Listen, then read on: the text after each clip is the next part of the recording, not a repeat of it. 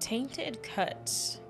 While tracking down a predator, I stumbled upon Caleb's secret.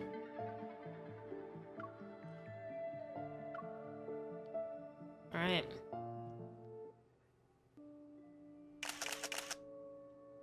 The sky is a dull gray. A plastic bag rustles in the wind and dances alone through an empty, abandoned building. Outside, it is an undeveloped patch of land. I hold my camera. I'm taking pictures of the bloodstains on the ground. Several of my colleagues from the LCBI are crouching down next to me. They're collecting samples for analysis. In the distance, a male colleague crosses the police line. He waves a document around as he runs toward me. Here's the preliminary autopsy report. We ruled out the possibility of a wild animal attack and confirmed the perpetrator was a predator. I take the document and begin reading through its contents one page at a time. Another predator. That's the 5th case this month. The onset of a headache occurs before I even realize it. The predators are a serious threat to the city. These mutated humans, when in a frenzied state, become extremely aggressive. Their physical condition, speed, and strength far surpass those of normal humans. They really are monsters. Has the victim's identity been confirmed? He's from the security center. Unfortunately for us, he held a high position, so his personal info is classified. Our colleagues already submitted an investigation approval request to our superiors, but it'll take a while for the application to be processed. Check the nearby residential area for the victim's movements and collect surveillance footage from around the building. Review dashcam recordings from vehicles in the vicinity too. I'm so professional. Aside from his personal information, we can investigate other things. This is an active crime scene. You can't enter. I'm so sorry, sir. I didn't realize it was you. Please, go right ahead. The commotion behind me makes me turn.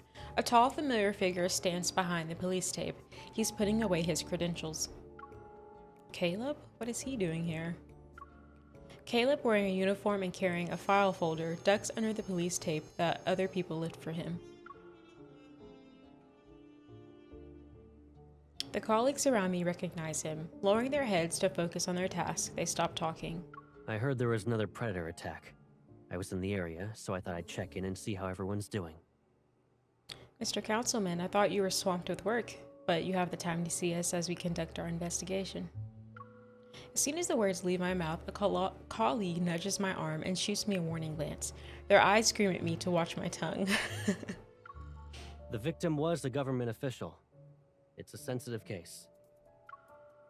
In addition, the predators have been a constant threat to our city's safety for quite some time. The government has always treated this issue with the utmost care. Let me ask a question, Enforcer. Can I get an estimate of how long it will take for the LCBI to solve this case? I raise my camera once more and try to find the perfect angle for documenting the crime scene. We're doing our best to move as quickly as possible. Is there a timeline the government is expecting us to meet? I'm wondering when a certain individual whose life has been nothing but this investigation will finally return home. I have a few more questions. Would you mind stepping aside so we can talk privately? So official. I shoot a glare at Caleb before giving my camera to another colleague. My colleagues sigh quietly to show their sympathy. Under their watchful eyes, I remove my gloves and follow Caleb into the abandoned building.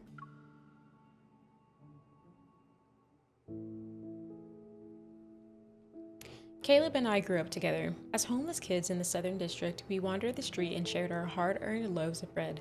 We narrowly escaped death at the hands of the predators countless times. But as we grew up, our paths diverged. He became the councilman of the city, while I became an enforcer at the Lincoln City Bureau of Investigation, or LCBI. Our different career paths often put us at odds professionally speaking. To avoid any unnecessary trouble, we agreed to maintain a professional distance in public, but behind that facade, we have a close bond.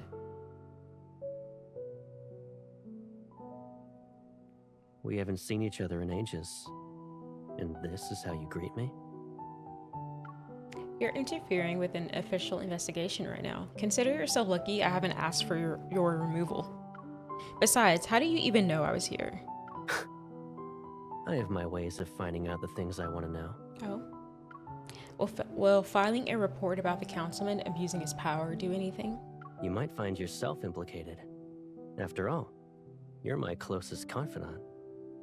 I steal a glance at my colleagues outside the building. Then I give Caleb's hand a quick, reproachful pinch.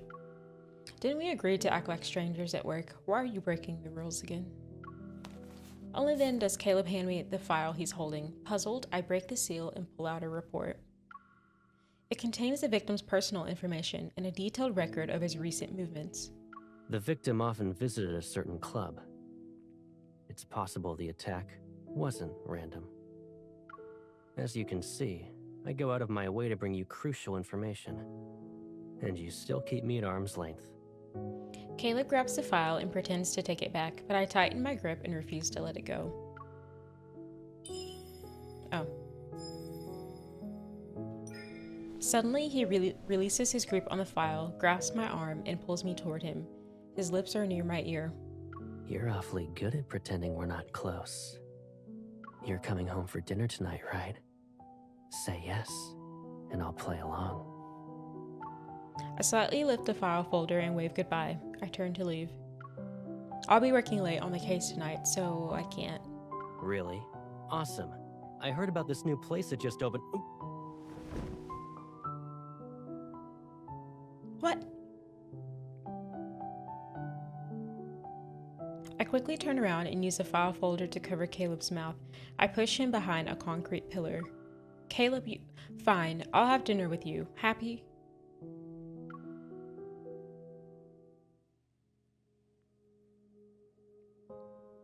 The LCBI immediately dispatched a team to investigate the club the victim frequented.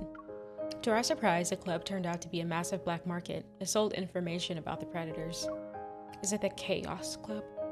Some rumors claim the club was connected to a predator of the highest rank. Using his status, he maintained control over this diverse and chaotic underground world. I put down the investigation report. My mind is already racing. Was the victim killed because he learned too much about the predators during this investigation? The predators must be scared about being exposed, so they eliminated the threat. As I look up, I see the clock on the wall. It's already late. You're still here. You must be exhausted with how you stay up late every night for this case. Lost in thought, I barely acknowledge the male colleague who's approaching me. I nod in response and gather my things. I grab my bag and head for the stairs, but he follows me. He talks incessantly about what he did today.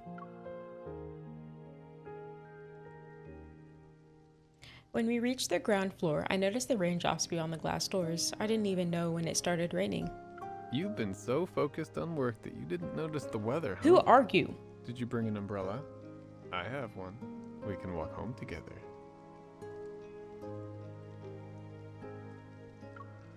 Thank you, but that won't be necessary. I quicken my pace and try to find shelter under the building's eaves. Even though I said no, my colleague is determined. He opens his umbrella. Leave me alone. You always go home by yourself. You don't need to make excuses about being single. I'll have you know I'm an eligible bachelor. Well, go talk to some other girl. You just don't know me well enough. Why don't we take this opportunity to... No need. I have no intention of getting to know you better. Look how heavy the rain is. Let me walk you home. It'll be more Who said she doesn't have an umbrella?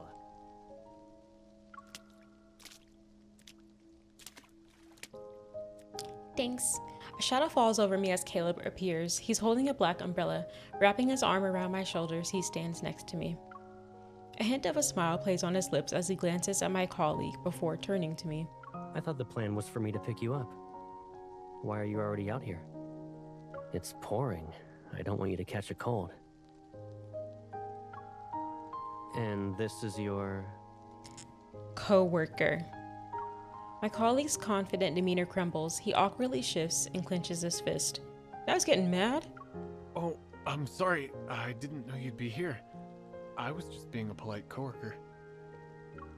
He forces himself to smile and backs away with his umbrella. He waves goodbye. Yeah, bye, dude. I'll be going now. Good night, you two. Sorry about that. Now that the annoying colleague is gone, I pat Caleb's arm. He raises the umbrella a little higher. I hook my arm around his, and we step out into the rain together. I said it before, didn't I? You don't need to be polite to guys like that. If you were a second late, you could have seen me show him my manners. But why did you pick me up today? You didn't even give me a heads up. When I saw it was raining, I decided to check in and see if you remembered to bring an umbrella. And the answer was nope. Besides, you're either at the LCBI building or a crime scene. If I didn't take the initiative, would we even see each other for 1 second? Feeling sheepish, I tighten my grip on Caleb's arm and lean in to whisper. Well, you can see me right now. Are you trying to sweet talk your way out of this? You'll need to do more than that. Well then, I guess I'll just walk home by myself. I reach for Caleb's umbrella and pretend to take it. Smiling, he passes the umbrella to his other hand and wraps his arm around my shoulders. The rainy night invites an all-encompassing darkness. The street stretches out endlessly into the distance. Do you remember when it was raining cats and dogs in the Southern District? There were leaks in our temporary shelters, so we had to huddle under the eaves. I've never forgotten a single thing about you. We don't have to worry about getting caught in the rain now, though. Raindrops pitter-patter against the umbrella. Caleb's warm scent envelops me, and my heart begins to race.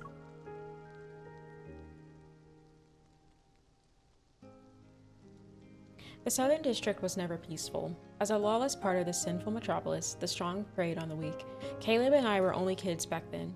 We lived from one meal to the next and never knew when we'd eat again. When the city was in a state of chaos, we were separated. Our lives had changed by the time we reunited. We're no longer lost and alone. Finding our way back to each other feels like a stroke of luck, but what Caleb went through during our time apart remains a mystery. He has yet to talk about it.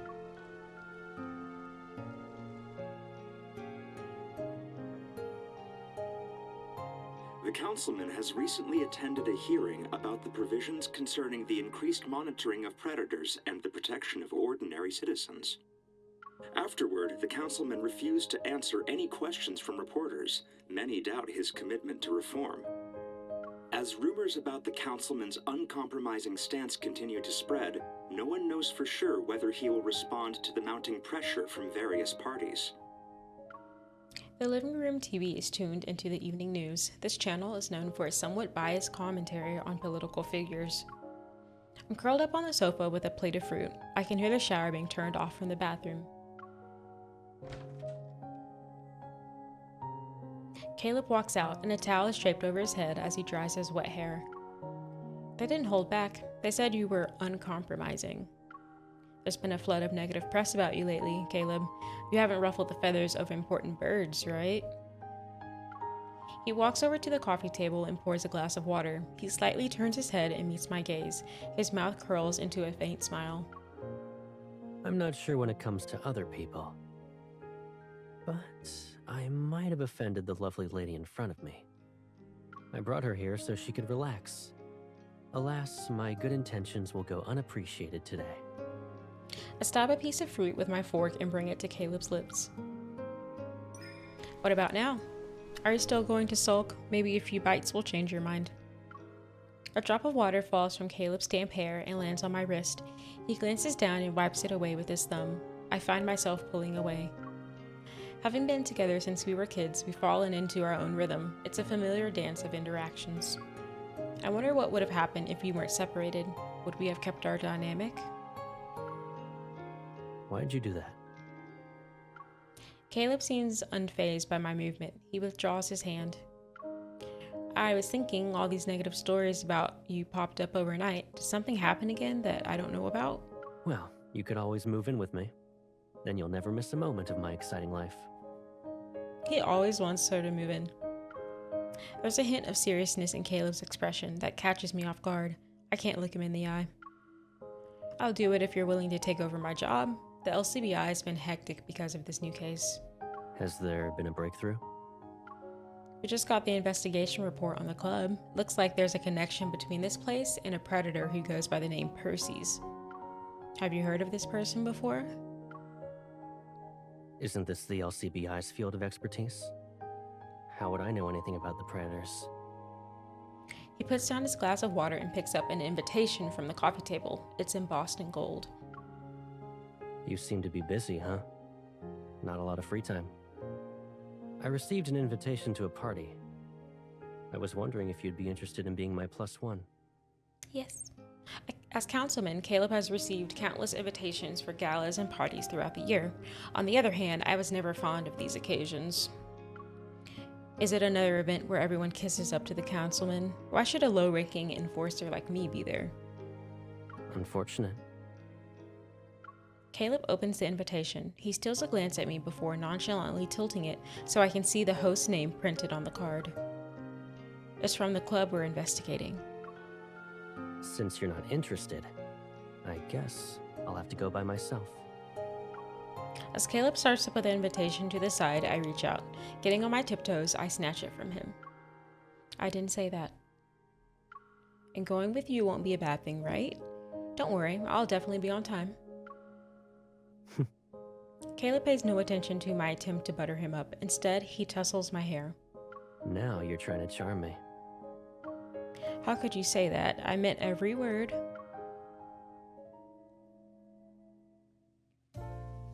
Oh, that's kind of pretty. Perfectly arranged, vibrant flowers surround an intricately carved fountain. Lush, sculpted shrubs flank the sides to add to the garden's meticulous beauty. Elegantly dressed guests mingle in the garden. They pluck champagne glasses and from the trays of passing waiters. I know what that is, I just have never been able to say it. Aren't those like the eggs? Okay, hold on.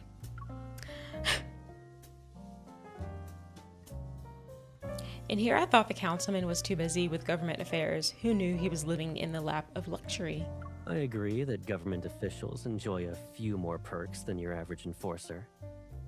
If you like what you see, you can request a transfer next month. I told you, I don't like extra things in your pockets. You're wearing a dress today. There are no pockets. I wish I had pockets.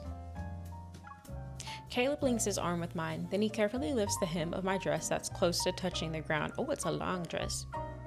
Long tables draped in delicate white gauze are laden with an array of exquisite desserts and drinks. They invite guests to indulge themselves. I take a glass of champagne and raise it to my lips. A young man approaches us and respectfully nods at Caleb. It's been a while since I was transferred, sir. I didn't expect to see you here. The young man's gaze flickers between Caleb and me. I try to pull my hand away, but Caleb gently presses his palm against mine to keep it in place. I just wanted to pay my respects. I hope you have a wonderful evening. Likewise. As soon as he's out of hearing range, I look at Caleb and tap his arm. Did you make him think there's something between us on purpose? What are you talking about? Or would you rather tell me what our relationship is? Caleb looks at me with a steady gaze. His words leave me speechless, and all of the confusing feelings I've been trying to ignore lately rush into my heart. He takes the champagne from my hand and pours it into a nearby ice bucket. Annoyed, I purse my lips and reach for a petite four. It's just champagne. There's nothing wrong with it, right? Caleb ignores the complaint I muttered. If you really want to define it, then we can start with those days when we struggled to survive in the Southern District. Like when we first met and were ready to beat each other up over a rotten apple. Or maybe when I shared half of my hard-earned juice with you. What about the time I saved my money to buy you that bread you wanted? And don't forget how I protected you by wresting a gun away from a predator when we were little. Caleb reaches out and taps my nose. I blink. Okay. You have the best memory in all of Lincoln. Feel free to try anything that catches your eye. Except the alcohol, of course. I need to go out and socialize for a bit. Looking past Caleb's shoulder, I take note of the guests who spotted him. I think I just spit. As expected, they're ready to approach him at any given moment. Okay. Entertain yourself for now. And if you decide to snoop around, be careful. I let go of Caleb's arm. He lifts his champagne glass to discreetly bid me farewell. Then he turns and disappears into the crowd. He remembered that I didn't like these fancy gatherings. He didn't even make me interact with anyone. I make my way to the dining area and sit down. As I nibble on some petite fours, what is that? I scan my surroundings and take in everything. All the waiters emerge from the other side of the garden. My gaze is drawn to the grand castle-like structure that looms in the distance. There might be some valuable intel inside. I pop the last petite four in my mouth and get up. While no one's watching, I walk over to the building.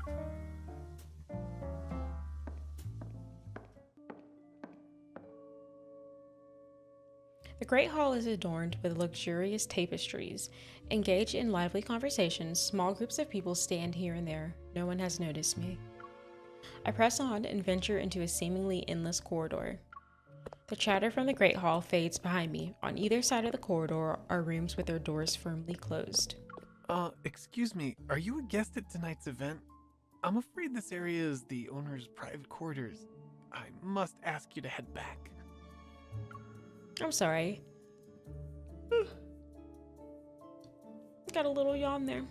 I'm sorry, I made a turn and got lost. I thought this would lead me to the exit. I can feel the waiter's eyes boring holes into my back as I walk away. Not wanting to arouse any more suspicion, I quicken my pace and retreat. Returning to the Great Hall, I take a risk and glance at the waiter who caught me. To my relief, his attention seems to be elsewhere. That corridor is hiding something important. As I mull over ways to return unnoticed, a peculiar scent draws my attention. It's a specialized aerosol designed to expose the predators. My body tenses. Years of working with the LCBI have made me all too familiar with this type of spray. Any predators who inhale it will be revealed within minutes. It's a substance that's been under layers and layers of government regulation for years. This isn't an accident. The waiters usher the guests toward the exits, and chaos envelops the Great Hall. I take this chance to return to the corridor. A noise from one of the rooms catches my attention. I position myself beside the door. I reach for my gun that's concealed under my dress. The faint click of a turning lock catches my attention. Before I can react, a hand grabs my arm and yanks me into the room. My back is pressed against a warm chest, and a hand is clamped over my mouth. Darkness floods my vision as my eyes adjust to the dimly lit room. I jab my elbow back, but the attacker anticipates this. Their grip around me tightens. Shh. Don't speak. Caleb? For a split second, I freeze, then all the fight within me disappears. I can feel Caleb's chest rising and falling against my back. His close proximity makes me aware of my racing heart. Hurry! Find the predators, now! Wait, are they looking for him? And Caleb is... As the adrenaline fades, I notice the heavy breathing near my ear. Cautious, I turn my head to get a closer look. Caleb, you're a predator? The realization hits me like a bolt of lightning. The spray that's intended to expose the predators triggered his transformation. There's no time for questions. Alarms ring throughout the building, their wells drowning any chances for an explanation.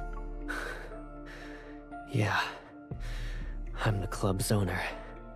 That infamous predator all of you were whispering about. Are you going to arrest me now? Caleb attempts to smile. He leans against the wall. As his eyes dart around, a mix of emotions betrays his expression. I don't know where the LCBI takes the predators they captured, but it can't be a nice place. I have no idea how Caleb became a predator, but I can't just stand here and let him be killed. The thought of arresting Caleb doesn't even cross my mind. I move to support him, but he gently pushes me away. I'm not exactly stable right now. Keep your distance. Footsteps come to a halt outside the door. Ignoring Caleb's protest, I grab his arm and drag him to the window on the other side of the room. I push it open. We'll be caught if we stay. Let's go.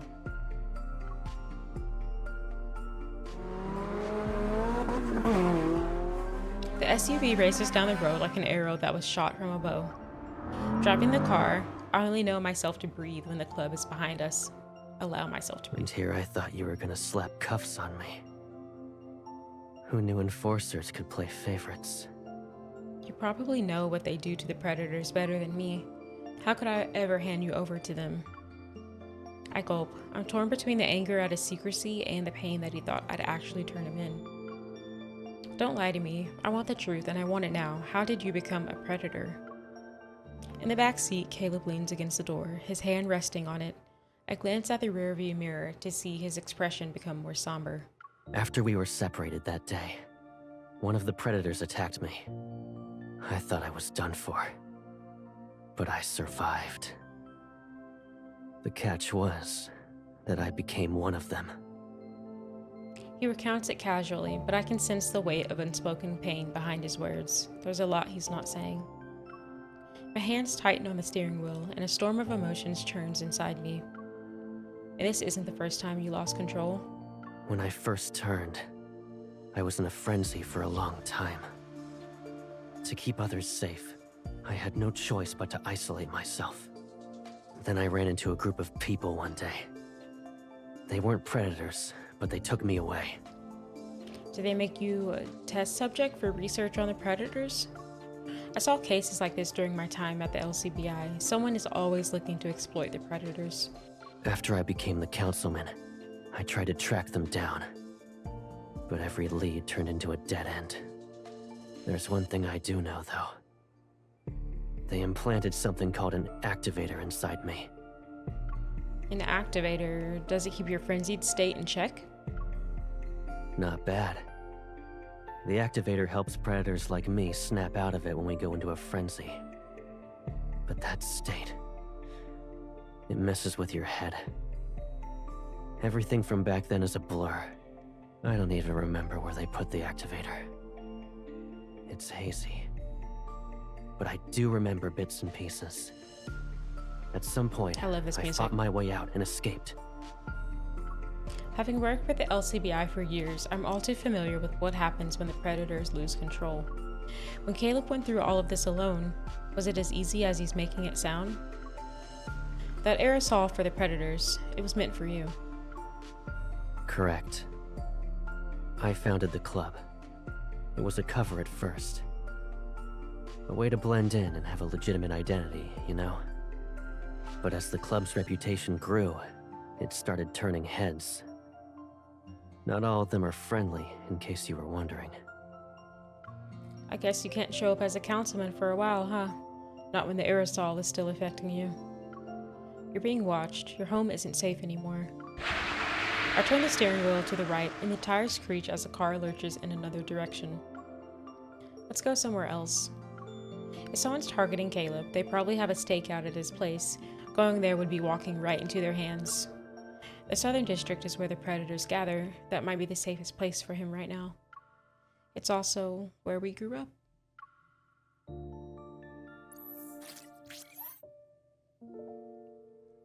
Caleb pulls out a small device and his fingers dance across the screen.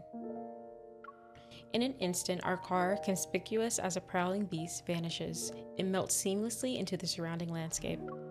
We ended up on a derelict street in the Southern District. It's a melting pot here, and the winding alleys can be used for cover. We should be safe from any pursuers for now. Puddles of dirty water dot the cracked pavement. Where their concrete buildings stand next to each other, their gray appearances a testament to the passage of time. These structures are relics and are amongst the oldest in the city. Caleb offers his hand. I take it. With a small hop, we move past a small puddle together. It's been years since we set foot in this place. Do you miss it? I do. And do you know what I miss the most?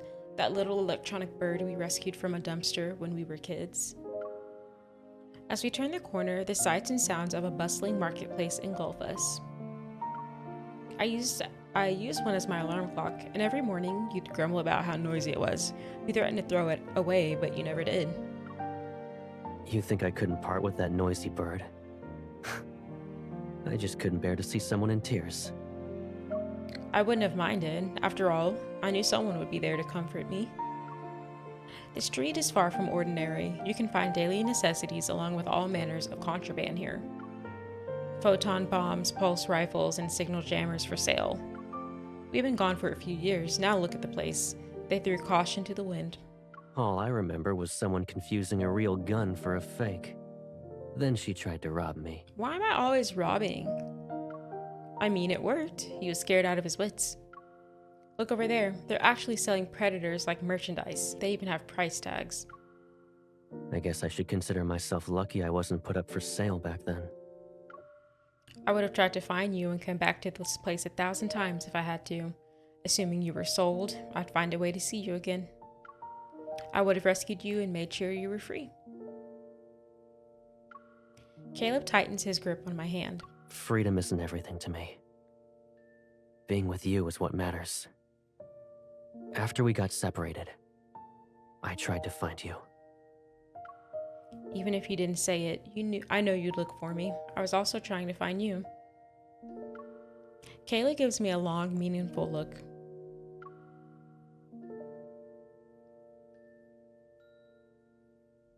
After walking around the market all afternoon, we find ourselves in a certain spot as evening falls. As always, the streets are bathed in a familiar glow of the sunset. At the end of the street stands an abandoned watchtower, its spire partially in the way of the setting sun. Is it just me, or did this tower look much taller when we were kids? Caleb turns to look at me, then he playfully raises his hand to measure my height. I think it's because you've gotten taller. You're practically a giant compared to back then. The same can be said about you. Thanks for the random compliment. The watchtower stands as the tallest structure in this part of the Southern District. Its top floor has been abandoned for a long time. Many years ago, the elderly watchtower keeper took us in. We had a shelter within these walls and shared a small room on one of the floors. When I'm gone, you two should stay here. Where are you going? You're not going to stay with us anymore? I'm going to a place where little ones can't go. Death? No. The streets of the Southern District were blanketed in snow that winter. Caleb and I laid the old man to rest. Death. After he passed away, this place became our home, and our small bed was right next to the window. Back then, I could see the sky if I looked up. Sometimes I could see Caleb's figure perched on the iron frame outside, just like right now. Whenever I saw you sitting here all by yourself, I was scared. I thought you were going to leave me behind. I climbed through the window and sit next to Caleb. Really? Where would I even go? Maybe you'd head to that city across the river? Caleb raises his arm and wraps it around my shoulders as he looks at the opposite shore. Do you remember what I told you when you gave me that necklace in this very spot? It happened after we reunited with each other. I want you to have this necklace. If we're ever separated again for a long time, I'll be able to find you so long as you have this necklace. It doesn't matter how much you might change. You're giving me a gift and didn't even give me a warning. It's easy to return the favor. My wish is a simple one. I want us to have a home together. That's all I ask. Caleb raises his hand, the necklace's apple-shaped pendant hanging from his finger. It reflects a soft, silvery light against the backdrop of the setting sun. The river splits the city in two. Our side is a southern district that's dirty and chaotic. The other side, though, is a city of towering skyscrapers and bustling streets. It's as if the sunset prefers that place. The river under our feet sparkles in the setting sun. Just like before, we stare at the city on the opposite shore. I promise our home will be there.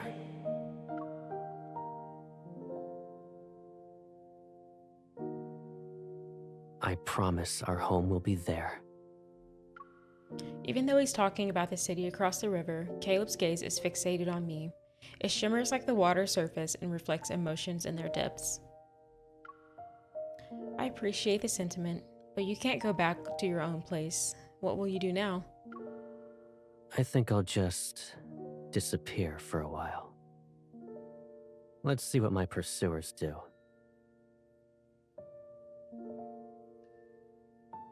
Caleb stands up and holds out his hand to me. Do you want to check it out? Isn't it old and abandoned? Maybe a kind soul stopped by and spruced it up.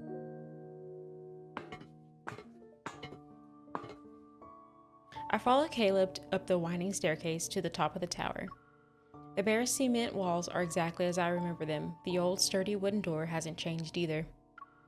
I have a feeling a big surprise is waiting for me. Caleb just smiles and nods toward the door. He silently urges me to open it. Confused yet curious, I do just that. I'm stunned. The interior has been completely transformed, and the top floor has been divided into several fully furnished rooms. I stop in my tracks. With widened eyes, I turn to Caleb. When did you turn the watchtower into this? You weren't the only one who missed this place. It really feels like a home now. I approach the nearest room and reach for the doorknob. But before I can turn it, Caleb's hand covers mine. He's standing right behind me, and his face is close to my ear as he leans in. This room isn't quite finished yet. We'll save it for another time. I turn my head and study his expression. It's your secret base, isn't it? Sometimes secrets are nothing more than the burdens we carry.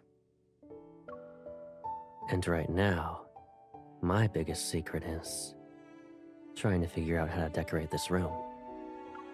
Caleb's honesty is disarming. I decided to let go of my suspicions. Why don't we do a trade? I'll show you something I know you'll like instead. Like what? Caleb takes a step back and picks up a small tablet from a nearby cabinet. His fingers dance across the screen.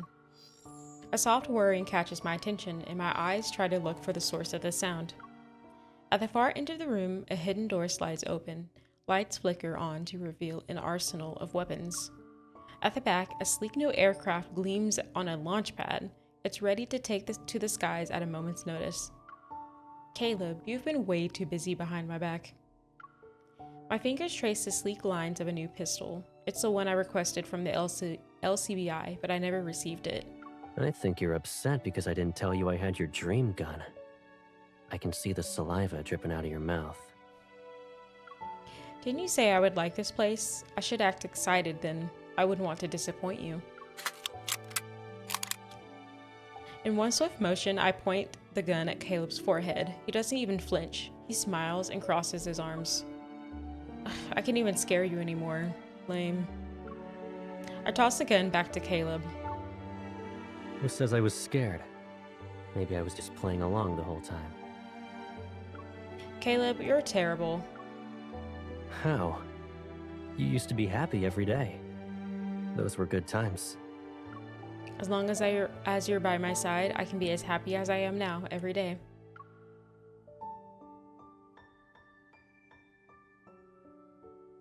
Caleb has moved into the watchtower, and I have temporarily relocated there as well. The LCBI's crackdown on the club led to the arrest of several predators. They also quickly identified the true culprit behind the murder. During the day, I continue with my usual work while secretly investigating and researching ways to help the predators quickly recover from their frenzied state. At night, I return to the secret base where Caleb waits. His hidden disappearance has thrown the outside world into chaos. There are even rumors that Caleb himself might be a predator, yet Caleb remains unfazed. He often spends time alone in the armory and tinkers with discarded parts. Sometimes a holographic screen shows the news while he busies himself. With an aloof air, he listens to it. We often find ourselves on the bed by the window, and my head rests on Caleb's arm. We chat quietly and gaze at the scenery outside when it's nighttime. These simple moments of companionship, in my memory, I only experienced them briefly in a distant past I can barely recall. Sometimes I can't help but think these precious memories are like sand in an hourglass. They'll eventually run out. When that day comes, Caleb will leave the sanctuary to face the storm outside.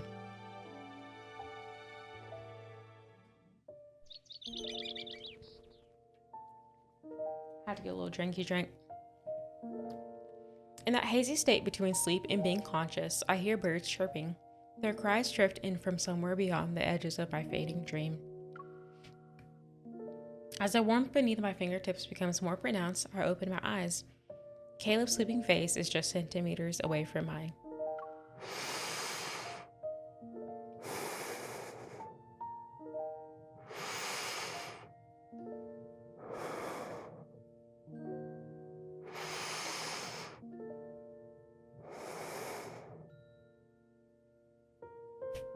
I realize half of my body is draped over Caleb's chest, and my palm rests on his collarbone. His eyelash flutter ever so slightly with every breath he takes. As the reality of our position sinks in, I don't move in case my breath disturbs this moment. I don't think we were like this when we fell asleep last night. I slowly lift my hand and try to move away, but Caleb is fast asleep and unaware of my movements. His eyelashes are still as long as they were when we were kids. After watching him for a moment, I poke his chin. He doesn't stir. I guess he's out cold.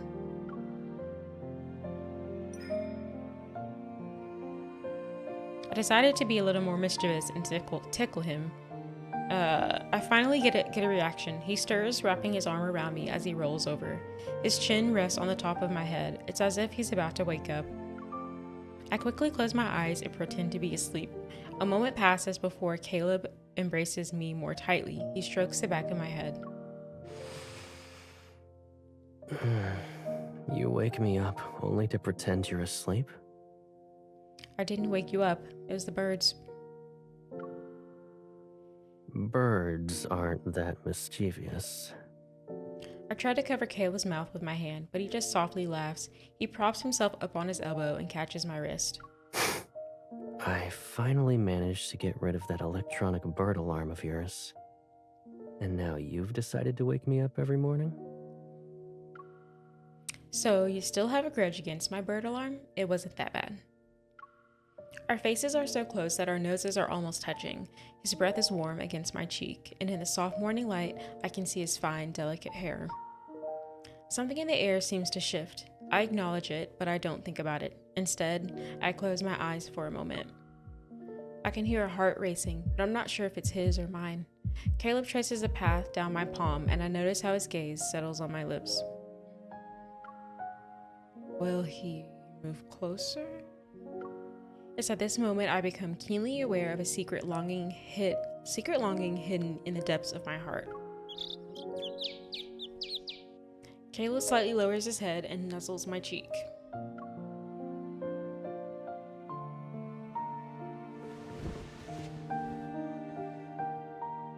I hold my breath, but he only reveals a slight smile before quickly rolling over and burying his face in the pillow. You know, I missed that electronic bird. At least it had an off switch. Understanding what he's implying, I blush. I turn on my side and playfully poke his back. Hey, that's not the point of having an electronic bird. If small animals suddenly start to make a fuss, that could mean something's off. Should we head up to the rooftop and check it out?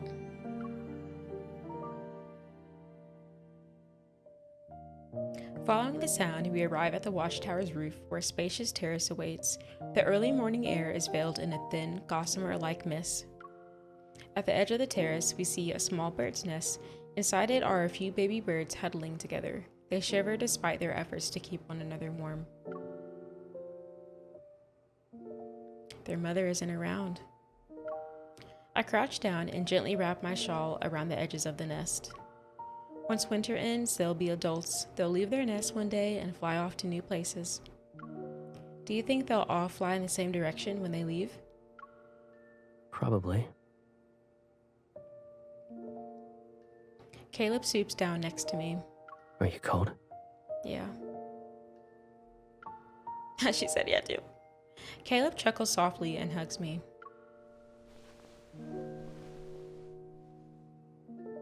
Even if they're separated for a long time, they'll reunite because they choose to remain by each other's side.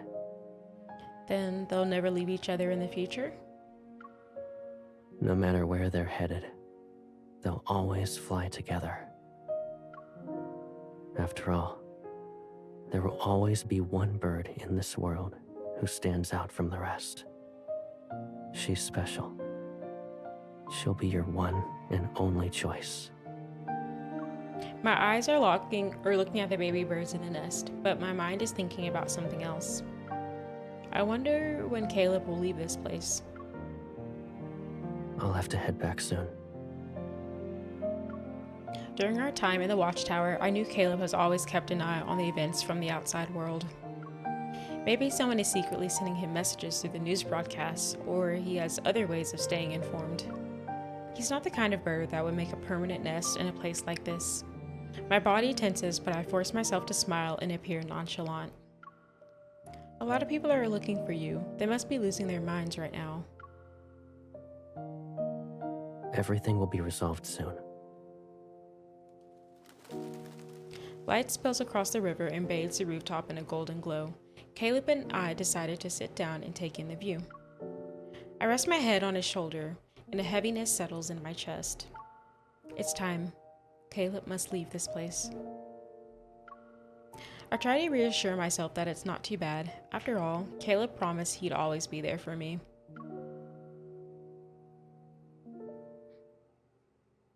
Back in the office.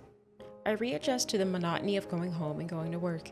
Caleb still visits me, but we don't return to the watchtower. That's the only real change.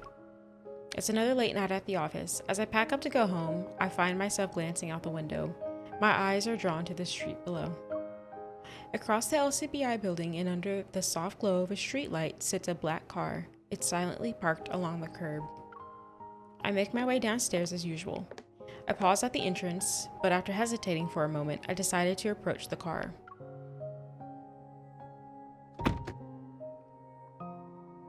He was waiting. I opened the door. As expected, Caleb is in the back seat. He's engrossed with the data only he can understand on his tablet. You're here whenever I work late. Aren't you tired? And you're always right on time, too. Don't tell me you have an insider in the LCBI building. Don't worry. You're my one and only insider at the LCBI. I'm just doing my part to make sure there aren't any more annoying coworkers when I'm not around. Ever since Caleb returned to his government job, the political climate has become ruthless. A power struggle between opposing factions is playing out behind the scenes. You're so keen on handling my affairs. What about yours? Caleb remains silent. The car engine starts and we slowly being to cruise through the streets at night. I think there's a mistake somewhere in there. I just wanted to see you. You can do that whenever you want. The people behind the aerosol attack at the club are trying to take me down. They'll stop at nothing to seize power. I'm completely in the dark about your plans and what you're going through. Caleb, if only... Do you want us to keep living like this? Caleb cuts me off. As we drive, the streetlights flicker. His profile shifts between light and shadow. You already know my wish. Our little chess game has reached the final round. But you'll keep facing new threats because of them, right? Answer me. Yes.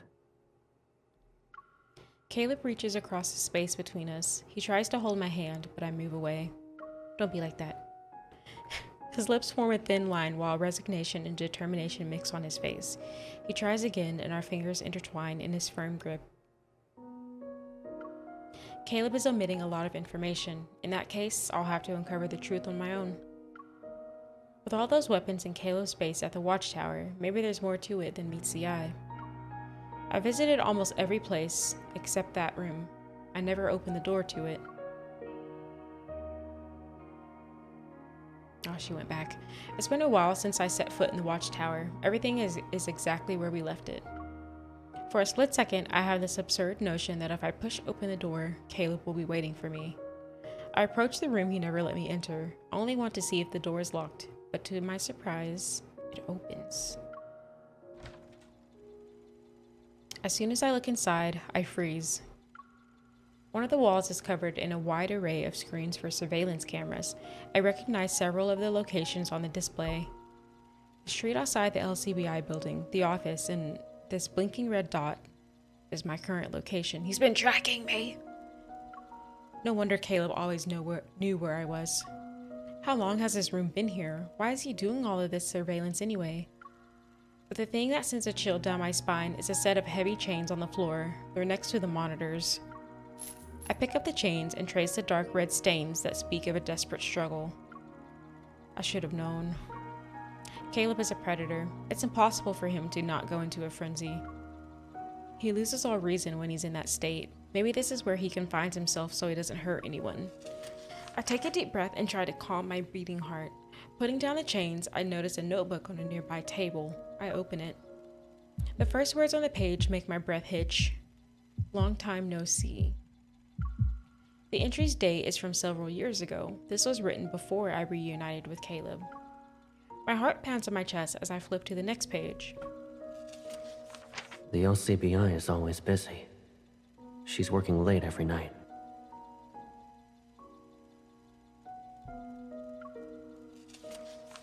Another late night snack. She must really like this place. He's been following me. I quickly flip through several pages. Is she still looking for me? Or did she forget about me? Now that she's surrounded by other people. I return to the watchtower today. After I recover from the initial shock, complex emotions watch over me.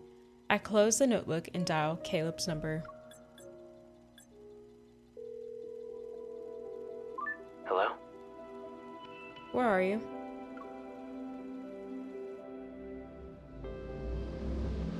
He's probably already here. The streets are eerily quiet in the dead of night. I ride my motorcycle to Caleb's apartment. I run my thumb over the notebook's cover one last time before knocking on Caleb's door.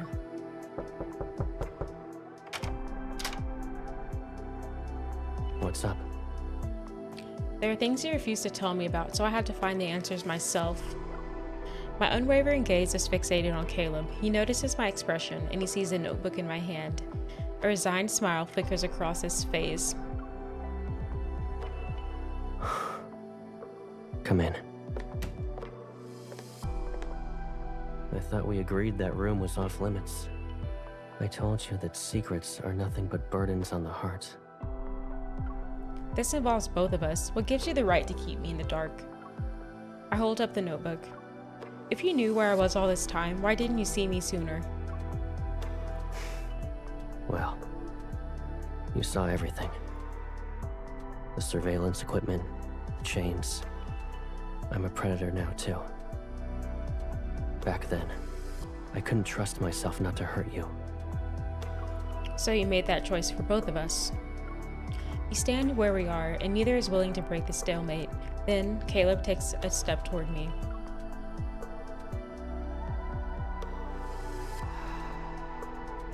Both of us know this city has no safe haven for the predators. To be with you again, I need to secure an unassailable identity. My plan is almost done, but I need to be in the crosshairs. I can't risk dragging you into it. That's why I needed to disappear for a while. Even if they're separated for a long time, they'll reunite because they choose to remain by each other's side. No matter where they're headed, they'll always fly together. Who should I believe, the Caleb who made those promises or the Caleb standing in front of me? Pipsqueak.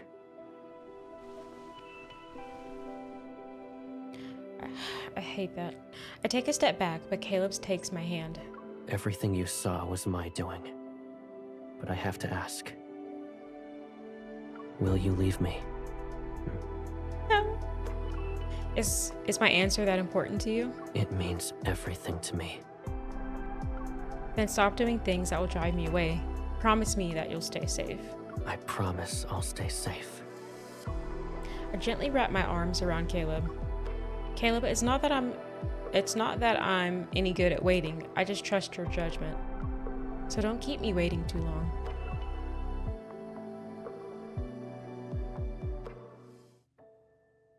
Since that night, Caleb said goodbye to me. His car never appeared outside the LCBI building again. On those rare nights when I work overtime, I found myself waiting in vain for the person who would pick me up. The LCBI is as busy as ever. We develop new tracking gadgets that can deter the predators. It leads to a decrease in cases. Caleb always accomplished what he set out to do. I thought if I trusted him and waited, he'd return. Then, a news report shakes all of Lincoln. The long-absent councilman is confirmed to be a highly dangerous predator, and he's already been assassinated. Rumors circulate through every shadowy corner of the city, and yet I have no way of contacting the person in the eye of this storm. But I won't let him disappear from my life.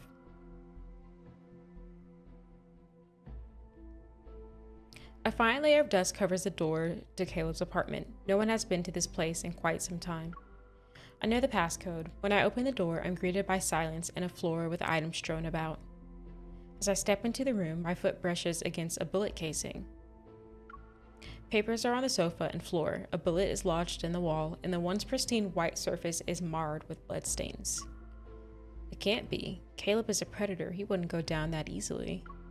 He must be at the watchtower. If Caleb is injured or in a frenzy, he'd go there.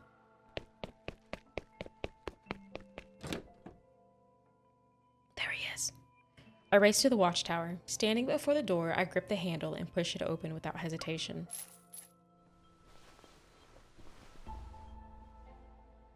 The rattling of chains echoes throughout the room. In front of the screens, Caleb is immobilized by several chains. He slowly raises his head. The muzzle gleams with the silvery sheen of the screen's dim light. I haven't seen Caleb's eyes this sharp before. He's injured, and despite the predators having extraordinary healing abilities, traces of blood still stain his arm. You figured out what happened, didn't you? So why are you here? You're the last person who should be in front of me right now. What if I'm the best person? What about you? You promised to keep yourself safe, so why did you break your promise? Caleb, you're the one who owes me answers. I can't give you an answer to every question. I won't leave you here all by yourself. And you're wrong. I'm the only one who has every right to be here right now.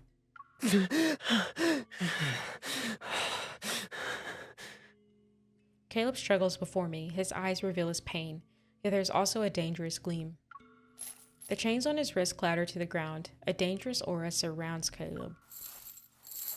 He slowly approaches me, and the chains drag on the floor. I back away, but deep down, I know he would never hurt me. I hope not. Since you chose to enter this room, leaving is no longer an option. Are there gonna be quick times?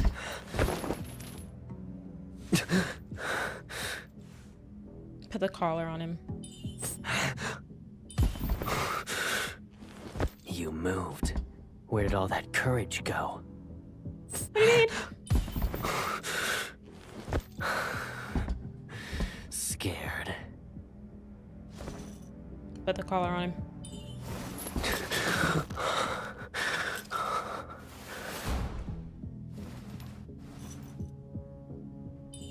You're in pain right now.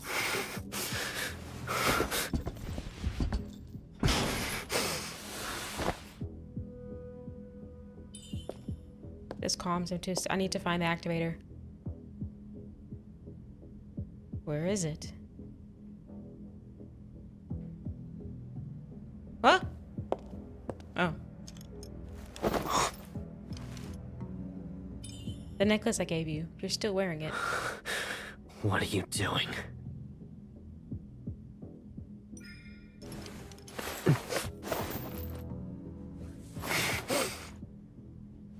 Initiating full body scan of the target. Okay. Are we gonna have to do the minigame?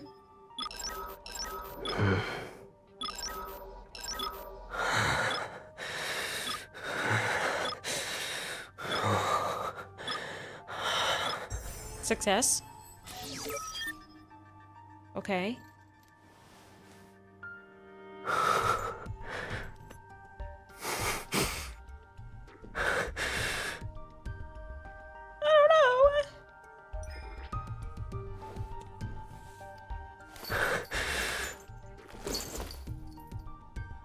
Am I a plaything to you? No.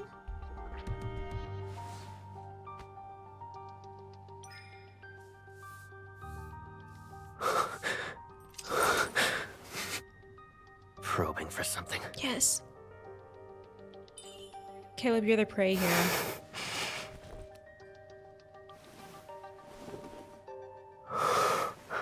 Oh, is it behind his ear? Is that what that is? Yeah. You approached me first. You walked right into my trap.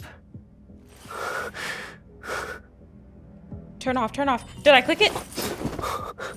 Did I bite him in his ear?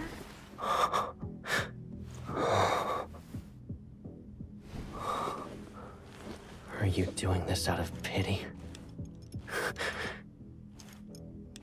Then, when this night is over, will you stay with me? Yes.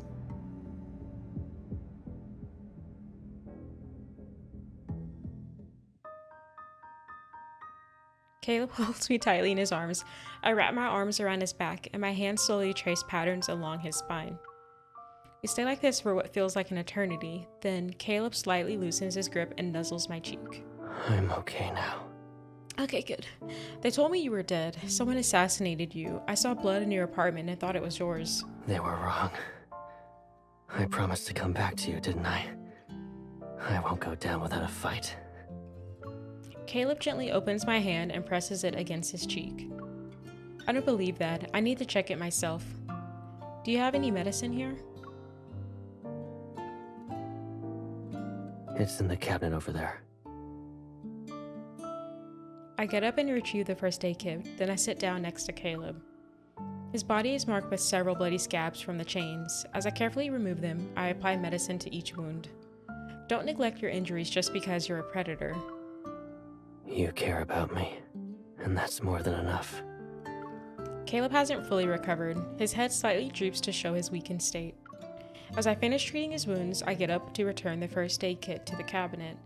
Caleb grabs my arms, and I lose my balance. I tumble into his embrace. There's so much I need to tell you. I know. Caleb, I'm not going anywhere. I have all the time in the world. Back then, I used to love being alone in this room. Caleb holds me close as he lifts his head. He stares at the screens that line the wall, and his gaze lingers on them. I always wondered what you were doing and what you were thinking. I questioned why you went to certain places, who you hung out with. And I was worried. If you ever found out how I kept an eye on everything you did for all those years, would you leave me without a second thought? His gaze shifts back to me. The calm surface of his eyes fails to hide the tempest of emotions underneath. Wherever you want us to go, whatever you want us to do, I'll be there. No questions asked. So instead of watching me from afar, why don't you experience life by my side? From now on, I'll be by your side every day. Caleb's gaze softens. He bears his head on my shoulder as if he's seeking the certainty of warmth in my embrace. I already dealt with the assassin who came after me this time. I'll track down all of his accomplices. It's not about sending a message, you know. I won't let any of those insurgents slip through my fingers. And once we leave this room, I'll make your wish come true. The home I want is the one where we're together. And if you leave me behind again, I'll lock you up in here myself. Do whatever you want with me. But let me rest in your arms for now.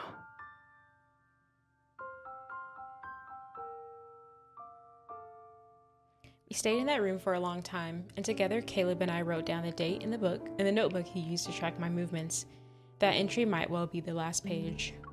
Eventually, everything dramatically changed, as Caleb predicted. As a councilman, Caleb restructured the city's core leadership and implemented several measures to prevent and reduce predators' attacks on civilians. These initiatives became the talk of the town, and any doubts about his status as a predator disappeared like a passing breeze. And my wish finally came true. Are you heading out early today? Is this another colleague trying to, hit at me? 'Cause don't. I saw your friend again. Oh. He's waiting for you outside. It must be nice to have someone pick you up every day.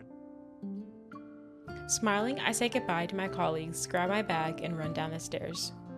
It rained during the day, and so the night air is coated in a scent of the dampened earth. Caleb is standing by the car. As soon as he sees me, he opens the door and gets in. I quickly follow suit.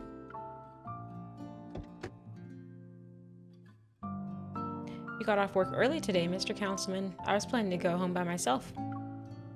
We don't always have free time. Why don't we do something exciting this evening? Like what? Sounds like you already have plans. There's gonna be a movie tonight. Do you want to watch it with me? I thought it'd be more grand than that. It's just a movie, huh? Yeah, a re-release. When it first came out, I still hadn't found you yet. So you watched it alone back then? Yep. And I thought it was a great film. At the time, I hoped I could watch it again with you. I've been holding on to this wish for so long. Won't you help me make it come true? It's not like I said no. As we stop at a red light, I gently pat Caleb's hand. In response, he takes mine and tightly holds it.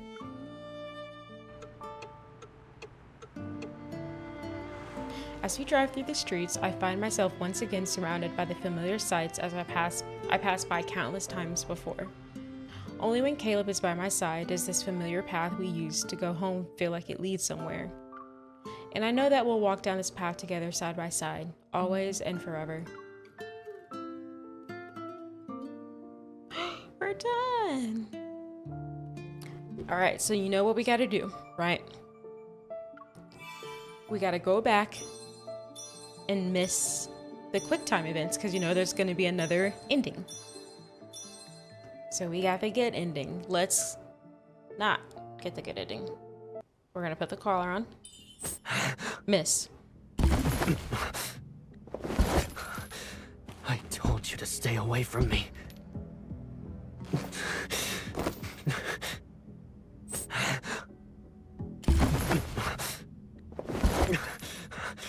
Run while you still can.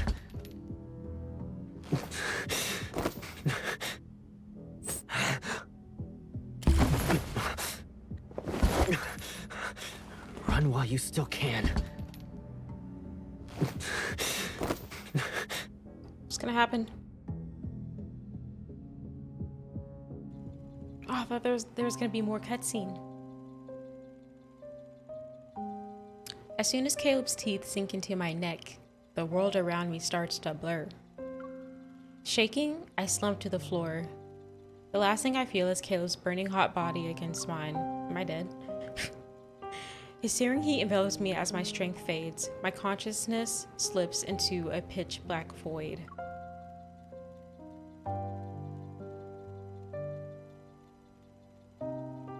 A sharp pain in my neck jolts me from my stupor. When I come to my senses, I see the flickering light of a screen. Someone's arms are tightly wrapped around me. Caleb.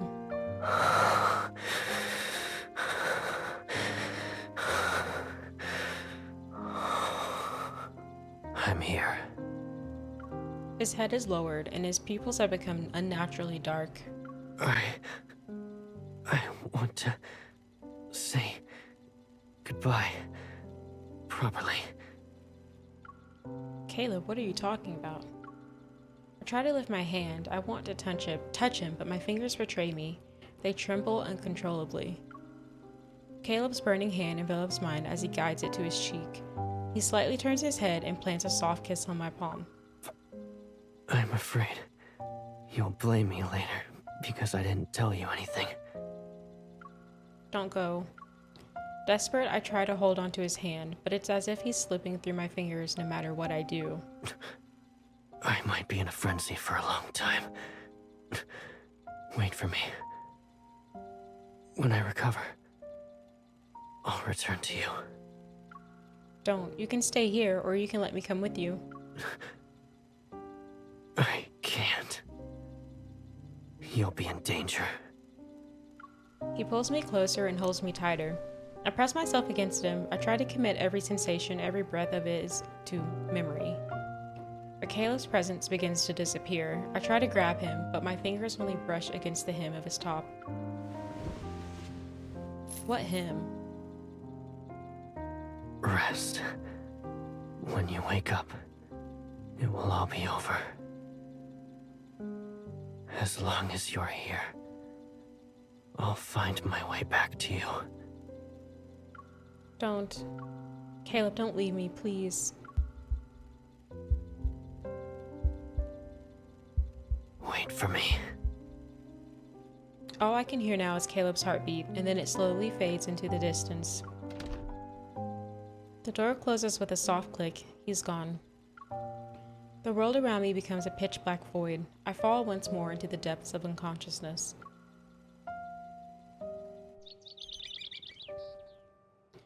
I bought your favorite bird seed again today.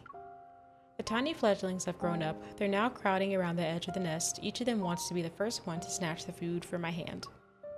Calm down, you guys aren't starving. After distributing the food, I sit down on the rooftop. The early morning light is gentle. It filters through the clouds and mist to spread across the river below. In the moments like these, I often imagine another presence. Perhaps that ghost of a companion is sitting close to me or even embracing me. Caleb, where are you now? When will you come back to me? A gentle breeze ruffles my hair as I gaze at the sparkling river below. Just as I've done this countless times in the past, I will do it countless times in the future. So he's just out there in like a frenzied state, and who knows when he'll come back. But we got both endings. That is crazy. Dang, Tainted Cuts. I enjoyed it. I loved it.